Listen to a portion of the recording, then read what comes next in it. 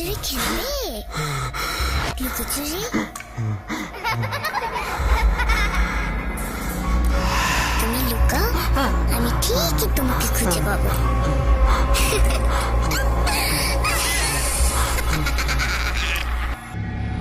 আসসালামু আলাইকুম প্রিয় শান ভাই ও লিসেনাররা, আশা করি সবাই ভালোর দলই আছেন। আবারও হাজির হলাম শত ব্যস্ততা কাটিয়ে আপনাদের মাঝে নতুন একটি বাস্তব ঘটনা নিয়ে। এইবারের যে ঘটনাটি নিয়ে এলাম সেটি সৌদি আরবে ঘটে যাওয়া বহু আগে একটি লাশ কাটা ঘরের ঘটনা। ঘটনা একজন সৌদিয়ান থেকে কালেক্ট করেছি। বলে রাখি, আমি কিন্তু আরবি ভাষা বলতেও বুঝতে পারি না, তাই ঘটনাটি বাংলা অনুবাদ করতে এবং তার থেকে কালেক্ট করতে প্রচুর কষ্ট হয়েছে আমার। ঘটনাটি বাংলা অনুবাদ করতে একজন বাংলাদেশি ভাইকে ভাই আমাকে সাহায্য করেছে, সেই জন্য তাকে আমার ও ভূত গল্পের পক্ষ থেকে সাধুবাদ জানাই। ঘটনাটি ঘটেছিল সেই আরাবিয়ানের দাদার সাথে। তো আর বেশি কথা না বাড়িয়ে চলেন ঘটনায় চলে যায়। সালটি ছিল 1969 অথবা 1970 হবে, যখন কিনা তার দাদা যুবক বয়সের ছিল, যখন কিনা তিনি একজন মেডিকেলের ছাত্রও ছিলেন। যেহেতু তিনি একজন মেডিকেলের ছাত্র ছিলেন, সেক্ষেত্রে তাদের সব ছাত্রদের শিক্ষা সফরের জন্য মাঝে মাঝে বিভিন্ন লাশ কাটা ঘরে প্রশিক্ষণের জন্য নিয়ে যাওয়া হতো। এমনি একদিন আবারও শিক্ষা সফরে যাওয়ার জন্য সকল ছাত্রদের একত্রিত করে বলা হলো, আজকেও আবার লাশ কাটা ঘর পরিদর্শন করা হবে। এতে সবাই একমত হয়ে যাওয়ার জন্য আগ্রহ প্রকাশ করলো। যাওয়ার জন্য দুপুরবেলা যাত্রা শুরু করলেও যেতে যেতে সময় প্রায় রাত হয়ে গেল। এবার যেই লাশ কাটা ঘরে তারা পরিদর্শনে গিয়েছিল সেটা ছিল বেশ পুরাতন। সবাই যখন একসাথে লাশ কাটা ঘরে পরিদর্শনে ব্যস্ত, তখন তার দাদা পুরো লাশ কাটা ঘরটি ঘুরে দেখার আকর্ষণ জেগে যায় তার। তখন তিনি সবার চোখ এড়িয়ে একাই পুরো বিল্ডিংটি ঘুরে দেখা শুরু করেন। রাতের বেলা, তাও আবার পুরনো লাশ কাটা ঘর, তাও আবার তার সাথে কেউ ছিল না। একা পুরোটা বিল্ডিং পরিদর্শন করতে করতে তার এক পর্যায়ে কেন জানি না তার শরীরে কাঁটা দিয়ে উঠল।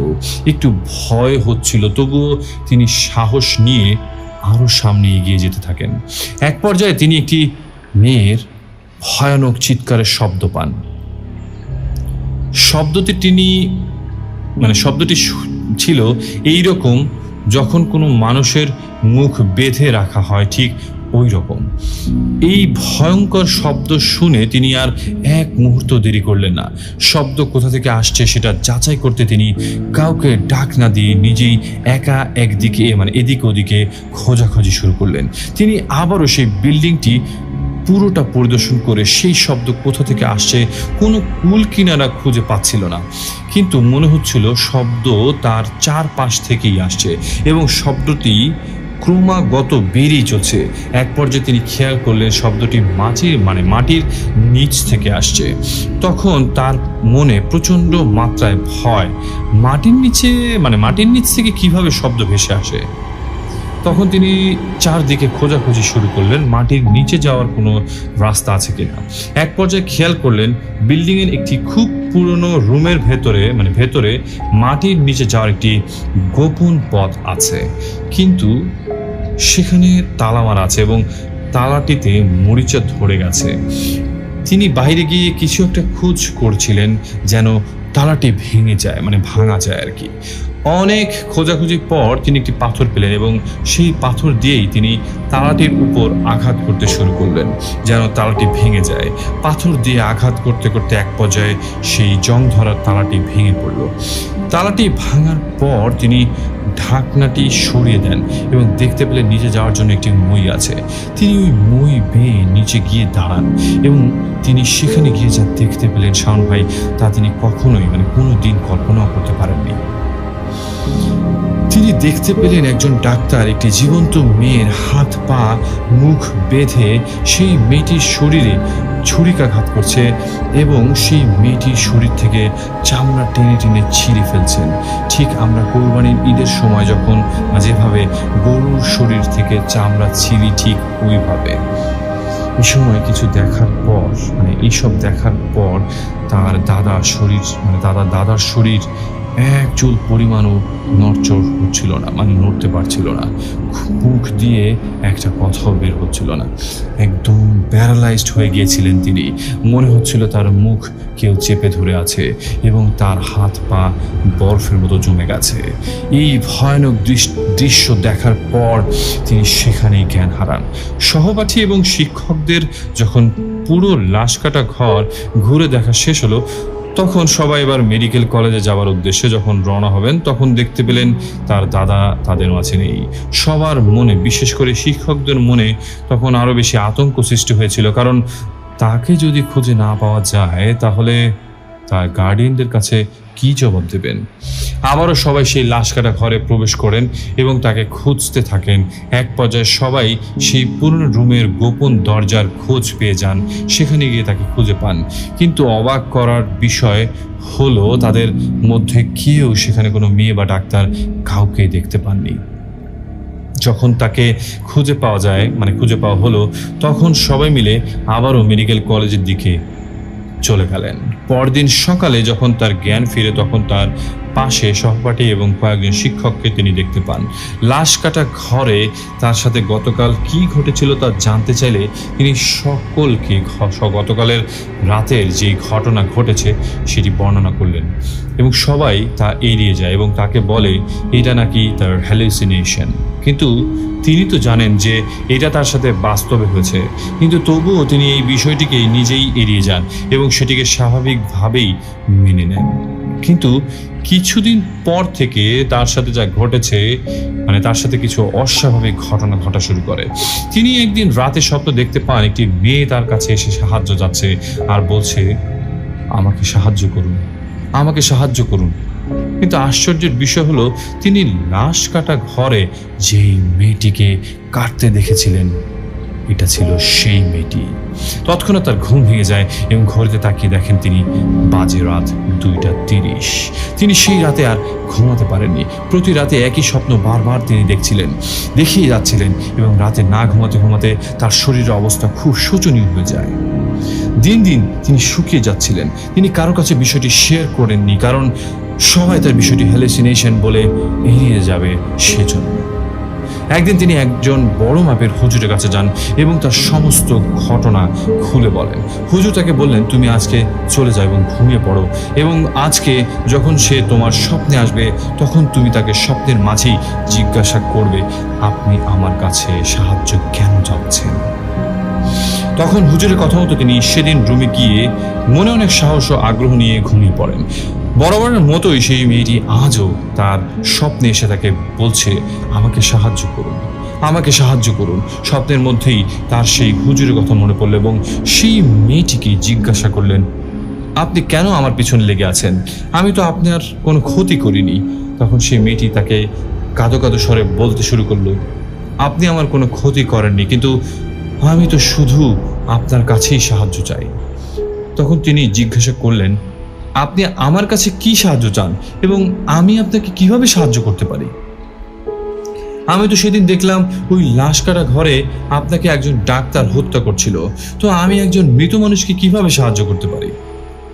তখন সেই মেয়েটি বলল, সেদিন আপনি যে আমাকে হত্যা করতে একজন ডাক্তারকে দেখেছিলেন, আসলে সেই ডাক্তার আমাকে বহু বছর পূর্বে ঠিক আপনি যেভাবে দেখেছিলেন আমাকে হত্যা করতে, ঠিক সেভাবেই আমাকে হত্যা করেছিল।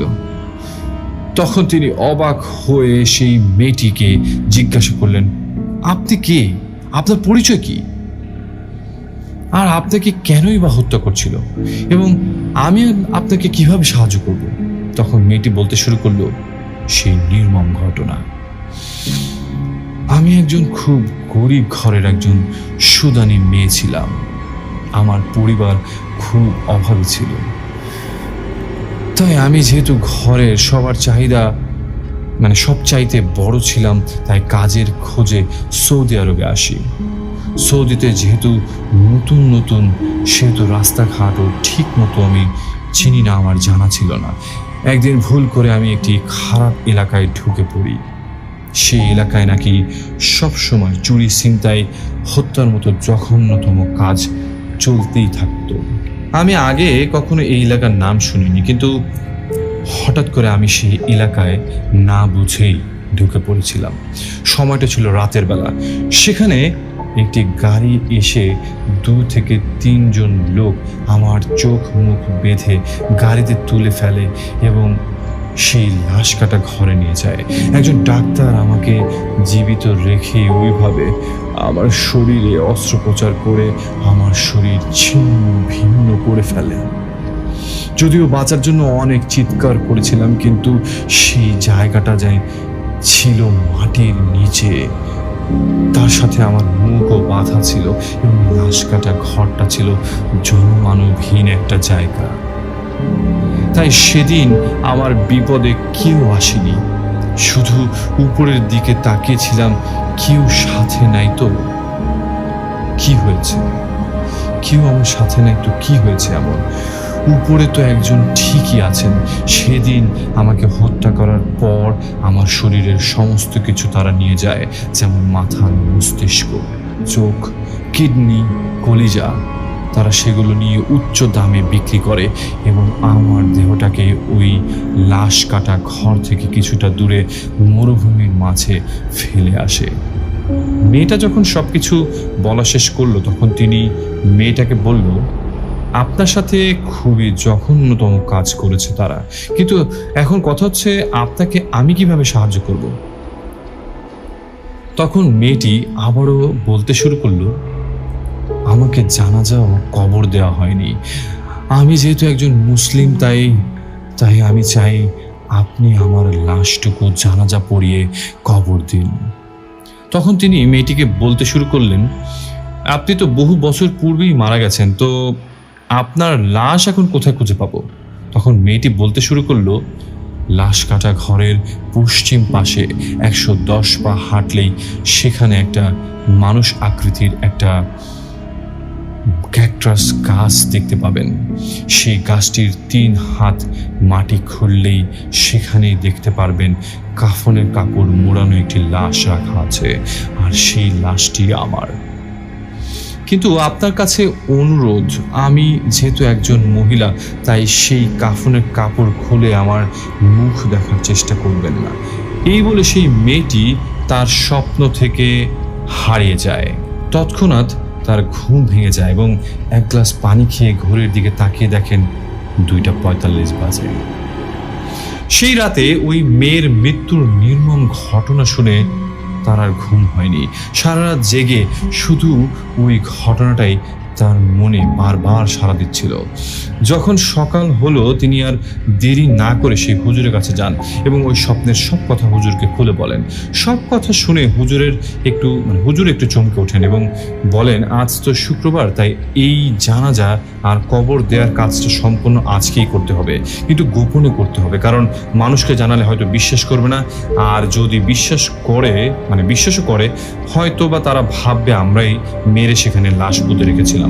তো তখন হুজুর তাকে বললেন, আজ রাত 12টায় তুমি আমার কাছে আসবে, কাজটা রাতেই করব গোপনে, তুমি, আমি আর এবং আমাদের মুয়াজ্জিন, কারণ 3 জন হলেই জানাজা সম্পন্ন হবে, কারণ একজন যদি জানাজা পড়ায় তাহলে আর একজনে কাতার হয় না, তাই 2 জন মিলে একটি কাতার হয়।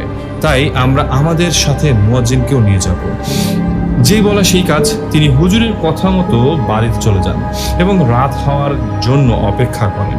রাত যখন 7টা, তখন তিনি হুজুরের কাছে যান এবং গিয়ে দেখতে পেলেন হুজুর এবং মুয়াজ্জিন কবর খোঁড়ার সরঞ্জাম নিয়ে প্রস্তুত হয়ে আছেন। লাশ কাটার ঘর যেহেতু বেশ দূরে ছিল, তাই তারা 7টা বাজার সময় বেরিয়ে পড়েন। গাড়ি থেকে যেতে যেতে প্রায় 11:30 বেজে যায়। যখন তারা সবাই লাশ কাটা ঘরের সামনে এসে পড়েন, তখন কেমন যেন একটু ঝড় শুরু হতে লাগলো। তিনি একটু ভয় পেয়েও গেলেন। হুজুর তাকে জানালেন, এগুলো আসলে একটা মায়া, যা কিছুই ঘটুক না কেন আপনি সেদিকে একদমই খেয়াল করবেন না। তখন তারা তিনজন সেই লাশ কাটা ঘরের পশ্চিমের 101 পা হেঁটে হাঁটা শুরু করলেন। এক পর্যায়ে সবাই বুঝতে পারলেন তাদের পা হয়তো কেউ টেনে ধরে আছে এবং সামনের দিকে কোনোভাবে এগোতে পারছেন না ঠিক মতো তারা। তখন হুজুর সবাইকে অভয় দিয়ে বললেন, যাই হোক পিছনে কেউ কোনোভাবে তাকানো যাবে না, কেউ তাকাবেন না। 101 পা যেতে যেতেই তাদের সময় লেগে গেল প্রায় 15 মিনিট। যখন সেই মানবাকৃতির ক্যাকটাস গাছের কাছে পৌঁছালেন তখন হুজুর তাকে বললেন কবরটা খুঁড়তে।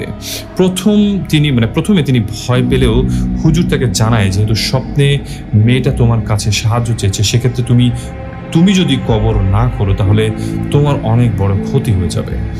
সেই ভয়ে তিনি রাজি হয়ে যান এবং কুড়াল দিয়ে মাটি খোঁড়ার জন্য মাটিতে একটি কোপ দিলে অমনি আকাশে যেন একটি জোরে সোরে বিজলি চমকে ওঠে এবং পুরো পরিবেশ আলোকিত হয়ে পড়ে।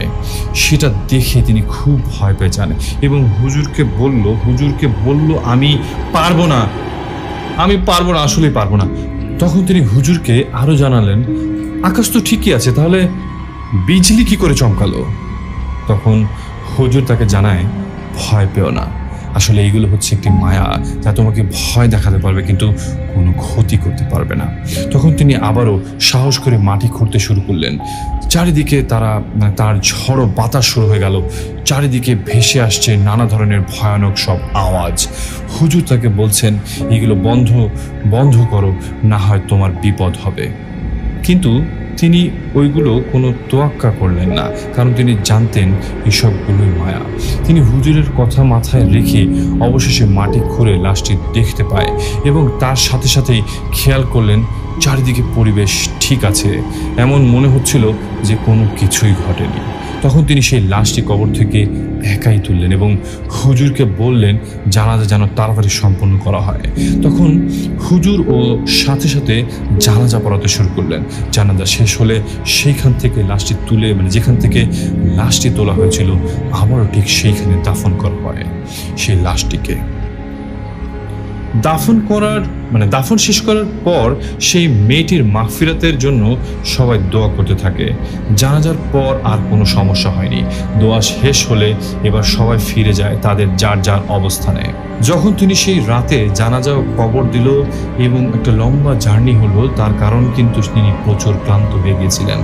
তিনি ক্লান্ত শরীর নিয়ে ঘুমিয়ে পড়েন বাসায় গিয়ে এবং তার ঘুমের মধ্যে সেই মেয়েটি আবারও এসে বলে, আপনার জন্য এত বছর পর আমি মুক্তি পেলাম, কারণ অনেক বছর আগেই তো আমার মৃত্যু হয়ে গিয়েছিল, কিন্তু জানাজা ও দাফন না করার কারণে মনেও শান্তি পাইনি। তাই আপনার কারণে আমি শান্তি পেলাম, আপনার কাছে আমি চিরকৃতজ্ঞ থাকব। এই বলে মিষ্টি একটি হাসি দিয়ে মেয়েটি সেই স্বপ্নের মধ্যেই মিলিয়ে যায়। এরপর থেকে আর কোনো দিনই সেই মেয়েটিকে সে স্বপ্ন দেখেনি, আর আসবেই বা কেন সেই স্বপ্নে, সে তো মুক্তি পেয়ে গেছে। এই বলেই সেই অ্যারাবিয়ান লোকটির দাদার ঘটনাটি তিনি ইতি টানলেন। তো শোন ভাই, এই ছিল সেই অ্যারাবিয়ানের দাদার সাথে ঘটে যাওয়া একটি বাস্তব ঘটনা। যদি সিলেক্ট হয় তাহলে আপনার প্রিয় লিসেনারদের পড়ে শোনাবেন। ঘটনাটি সেই অ্যারাবিয়ান থেকে সংগ্রহ করতে ও লিখতে আমার প্রায় সময় লেগে গেছে 5 দিন।